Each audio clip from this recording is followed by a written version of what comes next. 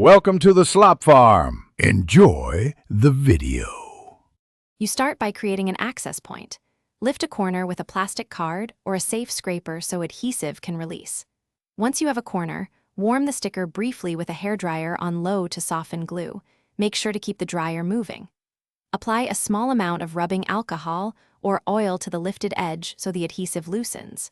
You're doing this to reduce tearing. By softening the glue, you make removal faster and minimize residue. You should pull the sticker back slowly and flat, keeping the angle shallow so the adhesive peels off rather than rips.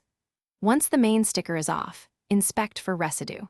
Apply rubbing alcohol or white vinegar, then rub with a microfiber cloth in circular strokes to lift gummy bits. If residue resists, reapply solvent and wait 1 to 2 minutes, or warm the area again with the dryer to reactivate the adhesive. This combination of finish by wiping the glass with a standard glass cleaner and a lint-free cloth so no streaks remain. If the surface is tinted or coated, make sure to test your solvent on a hidden corner first to avoid damage. If you still see glue, reapply solvent and gently scrape with a plastic card, never metal. One troubleshooting tip: if the sticker keeps tearing, add more heat and solvent, then lift from a different corner. Patience beats force here.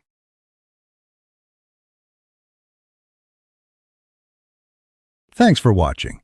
Consider subscribing if we helped you today.